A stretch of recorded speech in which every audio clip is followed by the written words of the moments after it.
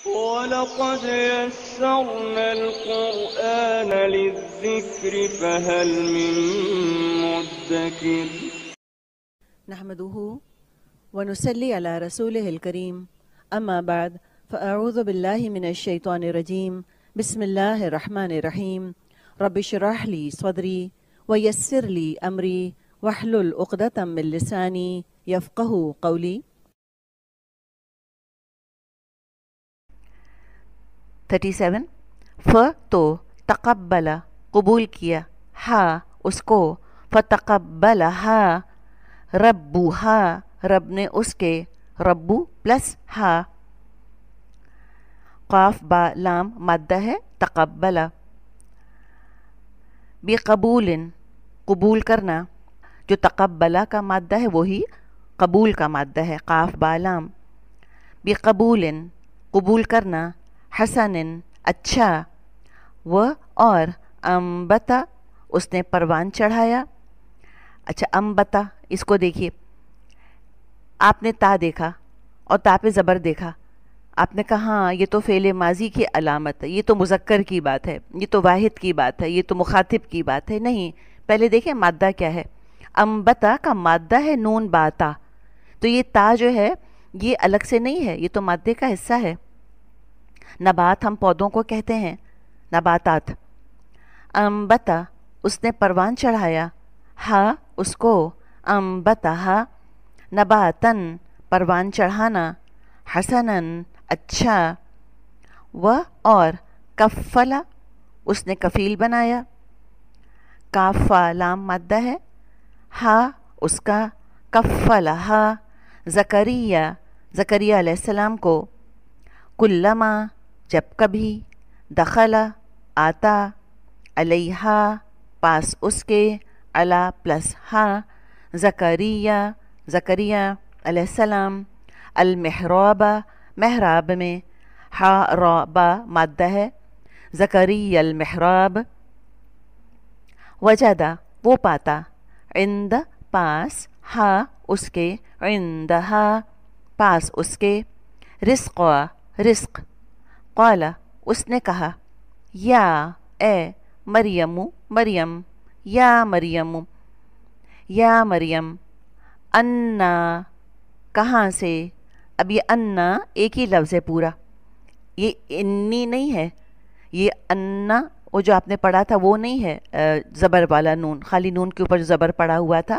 انا یہ پورا ایک ہی لفظ ہے کہاں سے لکی لیے تیرے ل پلس کی کہ اب تک تو آپ نے کاف پر زبر پڑھا ہے ک لکا علیکا تو وہ ک جو ہے یہ ضمیر ہے مذکر کی ضمیر ہے واحد اور حاضر جیسے کم پڑھا ہے نا آپ نے کم یہ جمع کے لیے آتا ہے تم سب ہوتا ہے کم کا مطلب اور ک کا مطلب ہوتا ہے تو ایک یعنی تو ایک مذکر اب یہ کاف کے نیچے آپ زیر دیکھ رہی ہیں یہ کیا ہے یہ ضمیر ہے واحد ہے حاضر ہے اور مونس ہے زیر نے ہم کو یہ سب باتیں بتا دیں لک اگر ہوتا تو یہ ضمیر ہوتی واحد حاضر مذکر زیر کی وجہ سے ضمیر ہے واحد حاضر مونس لکی لیے تیرے ہاذا یہ قالت اس نے کہا ہوا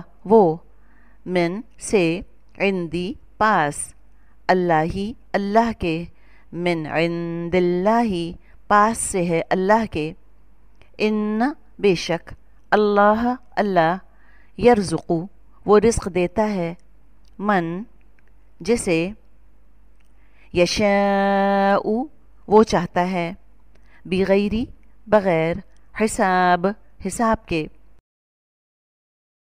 نحمده ونصلي على رسوله الكريم اما بعد فاعوذ بالله من الشيطان الرجيم بسم الله الرحمن الرحيم رب اشرح لي صدري ويسر لي امري واحلل عقدة من لساني يفقهوا قولي رب يسر ولا تعسر وتمم بالخير اللهم اني اسالك علما نافعا ورزقا طيبا وعملا متقبلا يا مقلب القلوب ثبت قلبي على دينك آمین اللہم آمین۔ السلام علیکم ورحمۃ اللہ وبرکاتہ۔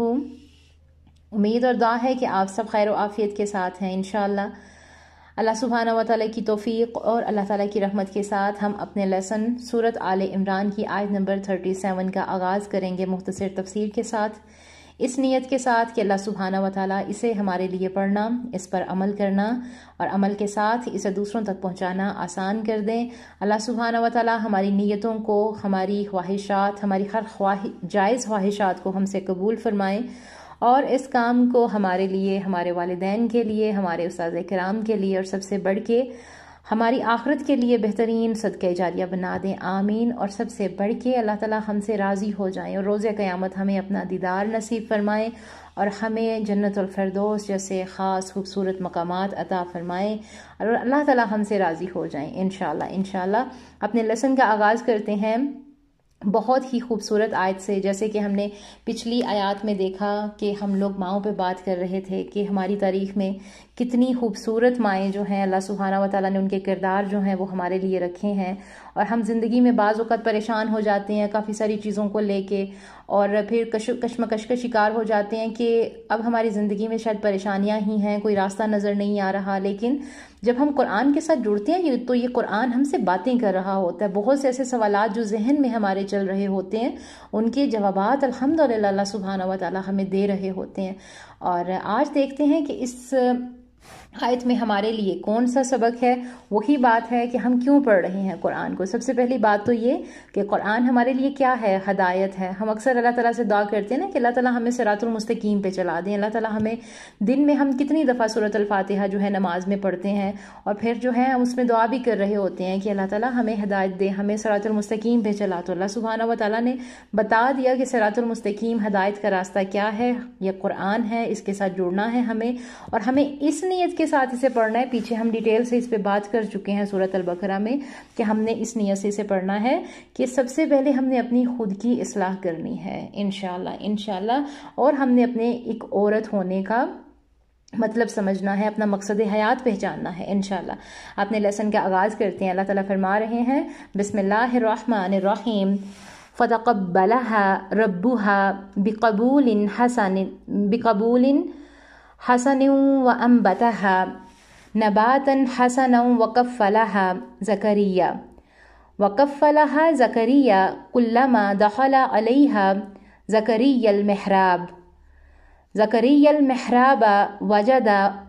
وجد عندها رزقا قال يا مريم أنى لك هذا قالت هو من عند الله إن الله يرزق من يشاء بغير حساب۔ ترجمہ دیکھ لیتے ہیں۔ تو پروردگار نے اس کو پسندیدگی کے ساتھ قبول فرمایا۔ کس کو؟ بلکہ کس کو قبول فرمایا؟ یہاں پر ایک سوالیہ نشان لکھا اور پچھلی آیت کے ساتھ رب دیکھیں جو پیچھے دعا کی جا رہی تھی۔ کتنی خوبصورت ہم نے دعا پڑھی تھی نا، یاد رکھیں جب ہم آیات کو پڑھ رہے ہوتے ہیں تو ساتھ ساتھ ان واقعات کو لے کے چلا کریں کہ نہیں ہم نے پیچھے کیا پڑھا تھا۔ تو اللہ تعالیٰ فرما رہے ہیں تو پروردگار نے اس کو پسندیدگی کے ساتھ قبول فرمایا اور اسے اچھی طرح پرورش کیا، اور زکریا کو اس کا متکفل بنایا۔ زکریا جب کبھی عبادت گاہ میں اس کے پاس جاتے تو اس کے پاس کھانا پاتے۔ آگے بریکٹ میں لکھیں کہ یہ کیفیت دے کر ایک دن مریم سے پوچھنے لگے کہ مریم یہ کھانا تمہارے پاس کہاں سے آتا ہے؟ تو وہ بولیں اللہ کے ہاں سے آتا ہے، بے شک اللہ جسے چاہتا ہے بے شمار رزق عطا کرتا ہے۔ سبحان اللہ۔ اب یہاں پر دیکھتے ہیں کہ پہلی بات کہ اللہ تعالیٰ نے قبول فرمایا اور اسے بہترین پرورش دی۔ کسے قبول فرمایا؟ کہ حضرت زکریا کی بیوی حضرت مریم علیہ السلام کی خالہ تھیں، اس لیے بھی، اور ان کا جو کفیل بنایا وہ اس وقت کے جو حضرت زکریا تھے اس وقت کے پیغمبر ہونے کے لحاظ سے بھی وہی سب سے بہتر کفیل بن سکتے تھے، اور حضرت مریم علیہ السلام کی مادی ضروریات اور علمی اور اخلاقی تربیت کے تقاضوں کو صحیح اہتمام کر سکتے تھے، اس لیے جو قرار تھا وہ ان کے نام کا نکلا تھا۔ اب یہاں پر تھوڑی سی تفصیل دیکھتے ہیں کہ تزکیہ کرتے ہیں یہاں پر ساتھ ساتھ آیات کے، کہ اتنی تمہید تھی کہ بہت پیار سے وہ عورت اپنے بچے کو اللہ کے دین کے لیے پیش کرتی ہیں۔ کیا پتہ چلا کہ قبول کون سی چیز ہوتی ہے؟ تو قبول وہی چیز ہوتی ہے جو پیار سے محبت سے دی جائے۔ وہ چیز قبول ہوتی ہے. ہم خود دیکھ لیں کوئی بھی ایسا گفٹ جو ہم بڑے پیار سے محبت سے کسی کو دیتے ہیں تو اس کی اتنی ہی قدر اگلا انسان کرتا ہے, وہ اسے سنبھالے گا, اس کی لک آفٹر کرے گا. کیوں؟ کیونکہ اس میں آپ کا پیار شامل ہوتا ہے. لیکن اگر وہی چیز آپ نے اپنی طرف سے وہ کہتے ہیں کہ فارمیلٹی پوری کر دی تو اس کی وہ قدر نہیں کی جائے گی. جب چیزوں کے لحاظ سے ہم اتنا سوچ سکتے ہیں تو یہ تو پھر اللہ سبحانہ و تعالیٰ کے ساتھ جڑے ہوئے معاملے ہیں. تو اللہ کے راستے میں بھی ہمارے لیے پہلا سبق تو یہ ہے کہ اللہ کے راستے میں بھی ہم جو بھی چیز دیں سب سے پہلے دیکھیں کہ ہمارا اس میں جذبہ کیا ہے, ہماری اس میں محبت کیا ہے, تبھی وہ قبول ہوگی. ہمارے جذبے اور ہماری محبتیں اس کے ساتھ ہوں. اللہ بہترین سننے اور جاننے والا ہے. وہ آپ کی جو نیک نیتی سے اور خلوص سے کیا ہوا کام ہے وہی قبول کرتا ہے. پھر اللہ تعالیٰ کیا فرما رہے ہیں, اس کو پروان چڑھایا بہترین طریقے سے. ساتھ میں ترجمے کی آیات پر غور و فکر کریں. اچھا, یہاں پر اس آیت میں یہاں سے ہمارے لیے کیا سبق ہے کہ اس کو پروان چڑھایا بہترین طریقے سے. ہمارے کرنے کا کیا کام ہے کہ بچے کی خواہش سب سے پہلے, ایسی مائیں جن کی اولادیں نہیں ہیں آج سوچیں اور لکھیں اپنے نوٹس میں, ایسی مائیں جن کی ابھی اولاد نہیں ہے وہ اولاد کس لیے اللہ تعالیٰ سے مانگ رہی ہیں. تو آج سے نیت کر لیں کہ بچوں کی خواہش کیوں کرنی ہے, اس لیے کہ اللہ کے دین کی خدمت کریں گے. وہ دنیا میں رہ کر جو بھی علم حاصل کریں, جس حد تک جائیں, آپ انہیں جو بھی بنانا چاہتی ہیں, جس بھی فیلڈ میں بھیجنا چاہتی ہیں, لیکن وہ ایک بہترین اسلام کا داعی دین ہو, وہ ایک بہترین مجاہد ہو. وہ اگر وہ جس بھی میدان میں جائے وہ اپنے دین اسلام کی سربلندی کا باعث بننے والا بچہ ہو, اسلام کا سپاہی ہو, اس مشن کا راہی بننے والا ہو. اور یہ جذبے کب اولادوں میں آتی ہیں؟ جب مائیں یہ جذبے اپنے اندر رکھتی ہیں. بچوں کو اللہ کی حفاظت میں دے دیں, ان کے لیے دعائیں کریں, انہیں اللہ کے حوالے کر دیں. اتنی نرمی سے اتنی محبت سے اپنی اولادوں کی پرورش نہیں کریں کہ وہ سستی کے مارے کچھ کر ہی نہ پائیں زندگی میں. انہیں اٹھ کے جینے دیں. بن باپ کی بچی کی یہاں پر پروان چڑھ رہی ہے. یہاں پر سوچنے کی بات ہے, بہت سی ایسی ہماری بہنیں ہیں پریشان ہو جاتی ہیں, اللہ تعالیٰ کی طرف سے کوئی کسی نہ کسی آزمائش کا شکار ہوتی ہیں, ان کی اولادیں ہوتی ہیں, کسی کے ہسبینڈ انہیں چھوڑ جاتے ہیں, کوئی بیوہ ہو جاتی ہیں, پریشان ہو جاتی ہیں بچوں کو لے کے. یاد رکھیں وہی بات بار بار میں کہتی ہوں, اور یہ بات مجھے میرے ایک سسٹر نے, میرے استاذہ نے کہی تھی کہ نظریں ہمیشہ اوپر رکھیں, اللہ پر رکھیں زندگی کے ہر معاملے میں. اور اس پر بھی اکثر سسٹر سوال کرتے ہیں کہ اللہ تعالیٰ پر نظریں رکھنے کا کیا مطلب ہے, کیسے نظریں اللہ پہ رکھ سکتے ہیں. انشاءاللہ اس پر آپ کو الگ سے میں ریکارڈنگ ضرور دوں گی کہ اللہ تعالیٰ پر ہم نظریں کیسے رکھتے ہیں, اس کی ڈیٹیل کیا ہے وہ انشاءاللہ ہم جانیں گے کہ قرآن اس سے کیا کہتے ہیں, کیسے ہم اللہ تعالیٰ پہ نظریں رکھتے ہیں اور زندگی کے معاملات سنورنے لگ جاتے ہیں.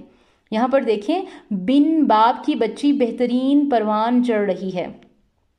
اللہ پر ڈال دیں معاملات, اللہ آپ کے معاملات کو سنوار دیں گے انشاءاللہ. بچوں کے اوپر اتنی زیادہ نظریں نہیں رکھیں کہ ہمارے بچے کو تھوڑی سی چوٹ بھی لگ گئی ہے تو پریشان ہو جائیں. وہ گر کے سیکھیں گے, انہیں ہلکا سا گرنے دیں, ہلکی سی چوٹ انہیں لگنے دیں. بعض چیزیں انسان کو مضبوط بنانے کے لیے آتی ہیں, اس لیے تھوڑا سا بھی انہیں کچھ ہوتا ہے تو انہیں دوائی دینے نہیں, ڈوز دینے نہیں لگ جایا کریں. اور یہ چیزیں کس میں ہوں گی؟ ایسی عورت میں ہوں گی جو کہ قرآن کو, دین کو سمجھے گی, کوشش کرے گی, جسے نسلوں کی فکر ہوگی. ایمان زیادہ قیمتی ہے, یہ یاد رکھیں. ایمان اپنا بچائیں, اس کا خیال رکھیں. آج اگر ہم نے اپنی نسلوں کی فکر نہیں کی تو ہماری نسلیں فتنوں میں پڑ جائیں گی, اور فتنے چاروں طرف ہمارے اوپر امڑ کے پڑ رہے ہیں. اور یہ بات سب کو پتہ ہے, ہر کوئی کہتا ہے کہ ہم فتنوں کے دور میں ہیں, لیکن ہم کیوں ان فتنوں سے اپنے آپ کو اور اپنی اولادوں کو بچانے کی کوشش نہیں کر رہے؟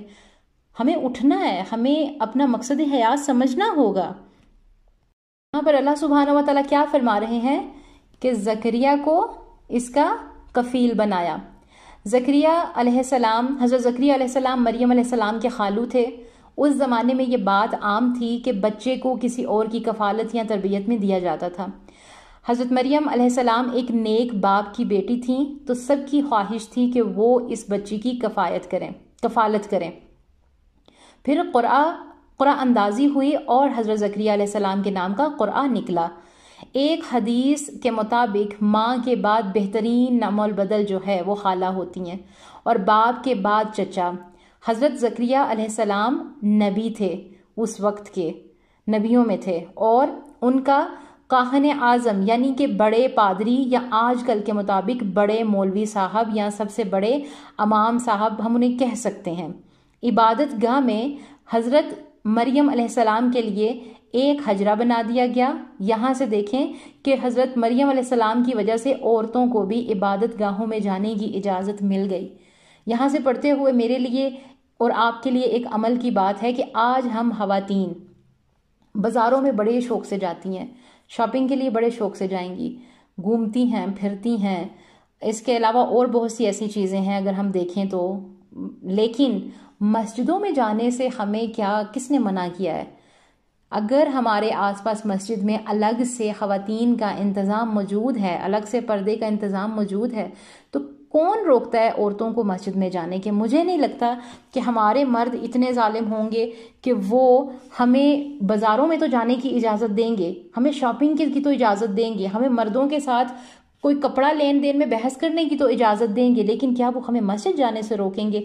یہاں پر ہم خواتین کے لیے عمل کا نقطہ ہے، آج یہ لکھیں اپنے اپنے نوٹس میں کہ نہیں، ہمارے گھر میں کون ایسے مرد ہیں جو ہمیں گھر سے باہر جانے کی تو اجازت دیتے ہیں، باقی ہر کام ہم زندگی کے کر رہی ہیں، لیکن ہمیں مسجد میں جانے کی اجازت نہیں ہے۔ ہم ہر بات کیوں ڈال دیتی ہیں دوسروں پہ؟ کتنے سارے ایسے، خیر اس پہ ہم اتنی زیادہ بات نہیں کریں گے، لیکن ہم نے یہ ایک پوائنٹ ہے جسے ہم نے اپنے ذہن میں رکھنا ہے اور اپنے اپنے نوٹس میں ہمارے اپنے لیے عمل کا نقطہ ہونا چاہیے کہ میں مسجد کیوں نہیں جاتی ہوں، اس کی وجہ کیا ہے، اس کی وجہ لکھنی ہے آپ نے اور شیئر کرنی ہے، ٹھیک ہے؟ اچھا، پھر اس کے بعد کیا ہے کہ پھر حضرت زکریا علیہ السلام نے دیکھا کہ حضرت مریم علیہ السلام کے پاس بے موسم کے پھل ہوتے ہیں، وہ حیران ہوئے۔ زکریا علیہ السلام جب کبھی عبادت گاہ میں آتے تو ان کے پاس کھانا پاتے۔ یہ کیفیت دے کر ایک دن مریم علیہ السلام سے پوچھا کہ مریم یہ کھانے تمہارے پاس کہاں سے آتا ہے؟ تو وہ بولیں کہ اللہ کے ہاں سے آتا ہے، بے شک اللہ جس کو چاہتا ہے بے شمار رزق دیتا ہے۔ تو یہاں پر دیکھیں بعض لوگ کہتے ہیں یہاں رزق سے مراد علمی صحیفے ہیں، لیکن ہم اگر رزق سے اللہ کا فضل ہی لے لیں تو اللہ جس کو چاہتا ہے عطا کر سکتا ہے۔ یہاں لفظ محراب کو دیکھیں، حاربا، اس کے روٹ ورڈ کو دیکھیں، وہ جگہ جہاں انسان اپنے نفس یعنی شیطان سے جنگ کرتا ہے، اور یہ کیا یعنی عبادت گاہ۔ جب انسان جوانی میں اپنے آپ کو عبادت میں لگا دے تو بعض اوقات اکیلا اور تنہا ہوتا ہے، تو اسے اپنی تنہائی کی بھی حفاظت کرنی چاہیے، کیونکہ ایک بندہ مومن پہ سب سے زیادہ حملہ آور شیطان تنہائی میں ہوتا ہے، اور انسان کے اوپر سب سے زیادہ کب صرف اور صرف بندہ مومن پہ نہیں، انسان کے اوپر بھی شیطان جو ہے تنہائی میں اٹیک کرے گا۔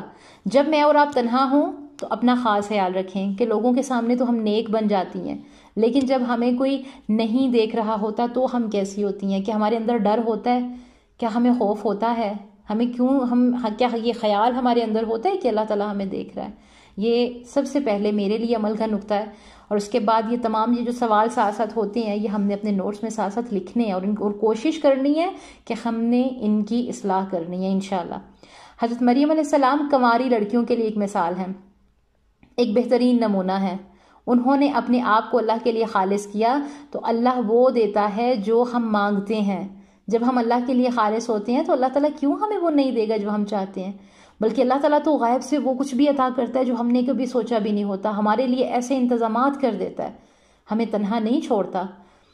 اب اگلی آیت کے ساتھ اس آیت کا رب دیکھیں گے، یہاں پر تھوڑی سی بات اگلی آیت کے ساتھ کر دیتے ہیں کہ اب جب زکریا علیہ السلام نے پوچھا کہ یہ کہاں سے آیا تو بہت عاجزی سے بولیں کہ اللہ نے عطا فرمایا ہے، کوئی فخر یا غرور کا اظہار نہیں کیا، کوئی یہ نہیں بتایا کہ میں تو اللہ کی بڑی عبادت گزار ہوں اور اللہ نے مجھ پہ اتنے رحم و کرم کیے ہوئے ہیں، بس مجھے آ جاتے ہیں، فرشتے آتے ہیں۔ بڑی عاجزی کے ساتھ کہہ رہی ہیں، کیا کہہ رہی ہیں کہ میرے اللہ نے مجھے دیا ہے، میرے اللہ نے عطا کیا۔ ایک دفعہ حضرت فاطمہ رضی اللہ تعالیٰ عنہ نے بھی یہی فرمایا کہ خود بھی بھوکی تھیں اور اللہ کے نبی صلی اللہ علیہ وسلم بھی بھوکے تھے، اور حضرت فاطمہ رضی اللہ تعالیٰ عنہ کو کسی نے کھانا بھیجا تو انہوں نے اللہ کے نبی صلی اللہ علیہ وسلم کو بھیج دیا۔ انہوں نے پوچھا کہ فاطمہ یہ کہاں سے آیا؟ تو انہوں نے جواب دیا آپ اللہ کے کام میں خلوص نیت سے لگ جائیں، اللہ آپ کے لیے غیب سے انتظامات فرما دیں گے، لیکن دل میں لالچ نہ رکھیں کہ میں جو کام کر رہی ہوں یہ کام میں اس لیے کر رہی ہوں کہ اللہ تعالیٰ مجھے دے گا، نہیں، نظریں اللہ پر رکھنے کا یہ مطلب نہیں ہے، لالچ نہیں ہونا چاہیے، لالچ ہونا ہی نہیں چاہیے، بلکہ کیا کریں کہ بولیں اللہ جی میں تو آپ کے کام کر رہی ہوں، مجھے کس چیز کا فکر ہے، مجھے کوئی ڈر نہیں ہے، میرے رشتہ دار دنیا کا ہر انسان بھی اگر مجھے چھوڑ جائے گا تو اللہ جی بہترین سہارا تو آپ ہیں. ہم لوگوں میں سہارے ضرور ڈھونڈتے ہیں، لیکن ایک بات یاد رکھیں، بہترین سہارا کون ہے؟ اللہ کا ہے. انسانوں کے سہارے نہیں ہوتے، محافظ ہوتے ہیں، خیر خواہ ہوتے ہیں، لیکن سہارا ہمیشہ جس انسان کو اس بات کی سمجھ آ گئی کہ میرا بہترین سہارا اللہ سبحانہ و تعالیٰ ہے، یقین کریں اسے زندگی میں کبھی کوئی غم نہیں ہوگا، کیونکہ اللہ تعالیٰ کسی کو بے سہارا چھوڑتے ہی نہیں ہیں. اللہ تعالیٰ بہت بڑی ہستی ہیں، اتنی بڑی ہستی ہیں کہ جب ہم یہ قرآن پڑھتے ہیں تو ایسے لگ رہا ہوتا ہے یہ قرآن جو ہے اس میں اللہ کی جو باتیں ہو رہی ہیں، ایسے جیسے اللہ تعالیٰ ہم سے ہم کلام ہو رہے ہیں، اس میں اللہ کی تو باتیں ہو رہی ہیں. اللہ تعالیٰ ہمیں بتا رہے ہیں کہ میرے بندو تمہارے اندر یہ جرم ہے، میرے بندو یہ جراثیم ہے تمہارے اندر، میرے بندو میں اتنا پیار کرتا ہوں تم سے، میں نے جہنم اس لیے نہیں تمہیں ڈرانے کے لیے بنائی ضرور ہے کہ میرے بندے اس کو سوچ کے جو ہے نیک عمل کریں، کیا میں تمہیں جہنم میں یوں ہی پھینک دوں گا؟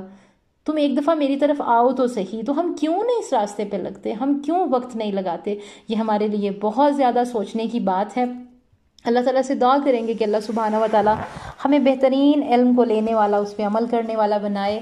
اور کوشش یہی ہوتی ہے کہ نہیں 10 منٹ سے زیادہ ہم بات نہیں کریں، اسی کے اندر ہی ہم لوگ جو ہیں اپنے ڈیلی ہم اپنے جو لیسن ہوتا ہے اس کو کور کرنے کی کوشش کریں. لیکن بعض اوقات ٹاپک ایسے ہوتے ہیں کہ نہیں پتہ چلتا ٹائم کا، وقت کا. تو نیتیں یہی رکھیں گے کہ اللہ سبحانہ و تعالیٰ ہمیں بعمل بنائے، ہمیں اصلاح کرنے کی اور ہمیں محاسبہ کرنے کی توفیق عطا فرمائیں. کوشش کریں اپنے نوٹس میں جو سوالات آپ کے ذہن میں آتے ہیں ضرور لکھا کریں، پوچھا کریں. اور باقی اللہ تعالیٰ ہم سب کے لیے آسانی فرمائیں، ہم سے قبول فرمائیں، اور ہم نے جو آیات پڑھی ہیں اللہ سبحانہ و تعالیٰ ہمیں ہمارے عمل میں لانے والا بنائے انشاءاللہ آمین. اللہم آمین. ربنا تقبل منا انک انت السمیع العلیم وتب علینا انک انت التواب الرحیم. آمین اللہم آمین. السلام علیکم ورحمۃ اللہ وبرکاتہ.